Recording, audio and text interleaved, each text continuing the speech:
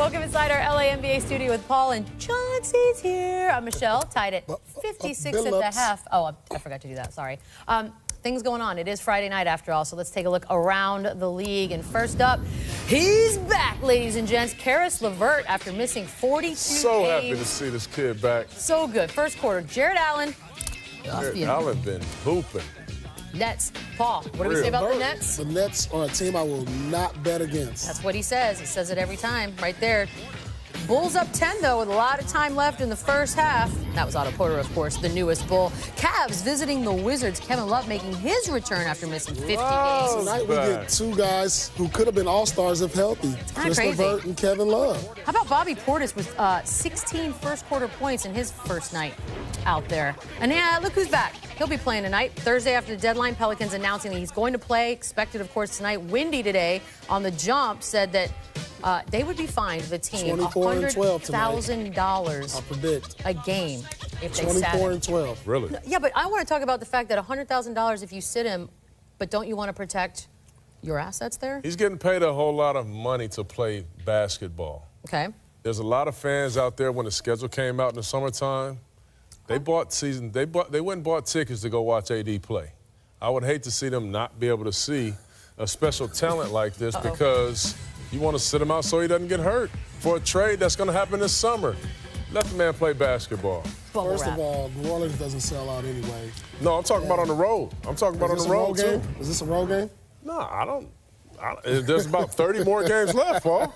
Actually, no, he's right. They have to play. They have to play him as long as it is a home game. As long as he's healthy. They could have just said load management. I mean, they still probably could say that. I'm not sure how you. I'm sure they have a few of those. Right?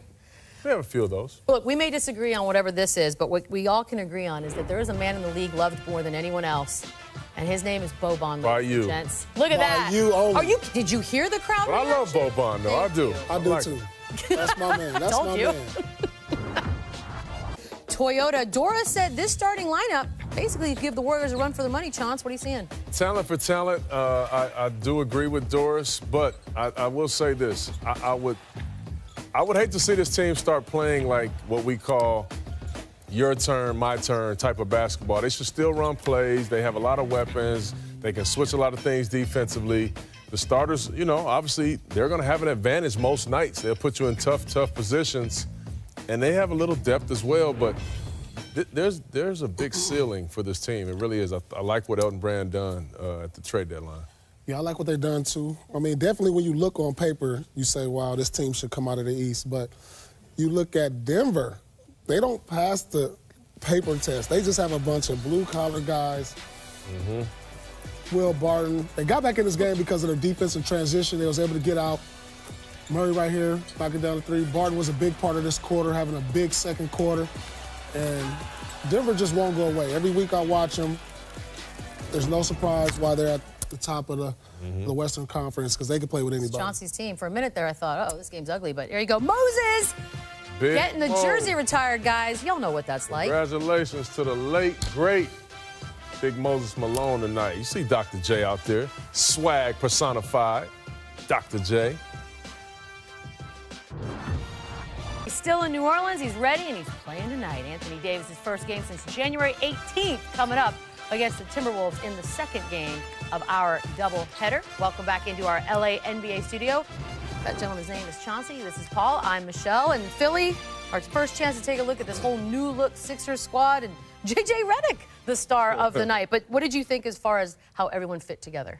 I loved it. I really did. I thought Elton Brand did I thought he hit a grand slam, really getting Tobias Harris at the deadline.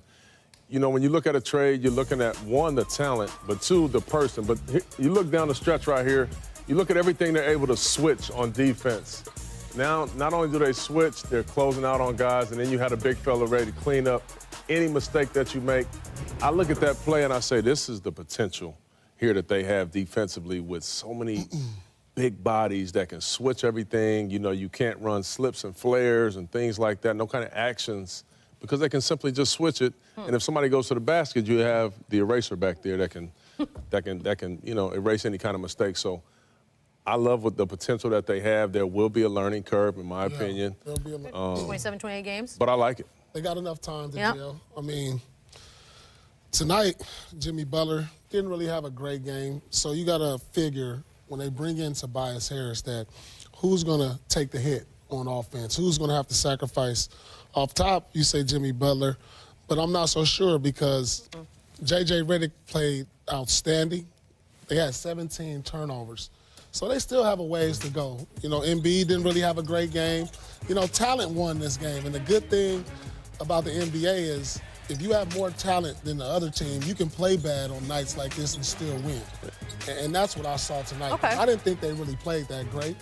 You know, JJ had a phenomenal game. But Really the other did. guys didn't really play too well. That goes to show you when you add up your talent, you bring it all together, you can win most nights when you don't play well. But see, Paul, like, here's where I'm gonna disagree a little bit with you. How you say somebody has to take a hit. Like, if you want to be a winner, it shouldn't matter who gets the most shots this night, whose play is not being called. Just get it done. Right. Just Yeah, get it I done, agree, flat out. but there's some sacrifice. Who's Yeah. willing to do that? Yeah. You know, is it going to be Simmons? Is he willing to have the ball in his hands less? Is Jimmy willing to have the ball in his hands less time for the team to be successful, And that's for them to win? Yeah. You know, you're not going to get the same amount of shots you got before Tobias got here. Who's going to be unselfish enough to take that sacrifice is what I'm looking Well, for. if Brand is telling him that the time is now, this championship run time is now, then I would hope that it would be sooner rather than later. But today's great because we're getting a chance to see a lot of the guys who were traded in the last 48 hours. And, of course, Dennis Smith Jr., Yeah, my who will young be in the pup. dunk contest, and he's getting his practice in game time. Somebody Watch your head down there, Drummond. Hold on. Unlock Hold something on. with this kid. Because Oh. this is one dunk, but I need a judgment, I need a score, I need something from you guys on his second dunk of the night. Let's go. Ooh, he just threw it through, too. What are you giving it? Madison Square Garden's going to love this kid. Yeah, I get out of 9. I get out of 9. Oh, 9? Okay, I like that you're saving the 10. I give him a Anthony six. I give him a Davis, 6. I've seen that dunk a million times. 6? I've prepping seen for that our dunk a game. million times. Drew Holiday asked pregame how he feels Hey. about his teammate coming back to finish out the season. Tough judge up here. Yeah, of course. We all enjoy Anthony. We all love having him and playing with him. Just being able to kind of get his, I guess, what is this? Like the tour that like Paul Pierce and Kobe had. Like this is kind of like an AD tour. Nah, but I think for Anthony, man, like I said, this is his passion. This is what he wants to do. So he's still gonna come out here and play as hard as he can and give all he has. And I feel like he's shown that ever since he's played. I feel like your tour wasn't as good as Kobe's tour, truth be told. Okay, never mind. Sorry. You didn't know what I was Yeah, doing. his tour was real. Wow, time to go Real good off courtside the for court. I was real good off the court. Oh, I think I have some sort of an idea. Okay, what are we expecting tonight? This has been such a crazy week or two for Anthony Davis. What do you think happens? You know, he's going to play hard, but it's kind of awkward in the locker room because it's like you go to a job, you don't want to be here, but you got to show up anyway. So Oh, I know how that is. how motivated are you really to go out there and really Come do on, the Paul, things you've been stop it. doing? You already know it don't matter what's going on outside. When you get on that dance floor, that's our safe haven. We want to get buckets. We want a ball. He's going to have a big game tonight. He's just happy to be playing Maybe you basketball. compartmentalize better. I've never been on the court with like saying I don't want to be here. Like, I don't want to be here, so I'm just You like, mean all them times you demanded a trade in Boston? And I never demanded trade. Never demanded trade. Paul, you would. I mean, this is awkward, but I love every second. He of it. demanded a transfer from Kansas. Super streaks on the line in that one. Russell Westbrook has gone 8 straight games with a triple-double, one shy of tying Wilt for the longest streak in NBA history. Caveat, Oscar Robertson averaged a triple-double for the 61-62 season, and he nearly did it 2 other years. Also, there is the Harden streak. The 30 points or more streak is now at 28 games, which raises the question for the Fresh PTI segment, which is more impressive, Tony or Mike? No, which is more impressive, the Harden point streak or the Westbrook octuple triple-double?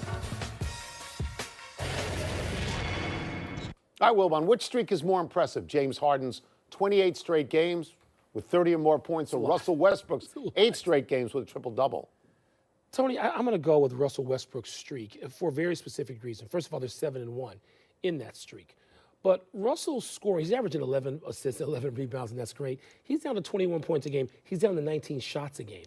And Russell Westbrook is no longer, for few critics he had out there. People say he's just too much of a ball hog for my taste. Okay, he's not doing that anymore. You were a Jeremy big critic Grant, of I was his. one of them. Yeah. Steven Adams and Terrence Ferguson, these guys are made by Russell Westbrook. Yeah. He has fundamentally changed who he is and how he sets them up and how he looks for teammates. And that team, Oklahoma City, is more dangerous to me going forward because of Westbrook's evolution. So I'm going to look at these two categories, and I'm going to say they don't really care all that much about them. They're a sample size of the whole season. They're not the whole season. They're rather esoteric to me, and I don't care. But is that your path to victory? Is that the only way you have to win? Russell Westbrook and the shot selection is much better than ever. He also has Paul George with him, having a wonderful year so far. James Harden, and I know it's maddening to see sometimes because the ball's in his hand all the time. But Chris Paul was not on that team for quite a number of those games. Capella not on that team for any of those had to games. do that. And they're 20-8. But they got to go the other way soon. Now. And I understand. But in that 30 games, to be 20-8 with him being the only guy, that's impressive. People start mentioning Wilt with all these freaks.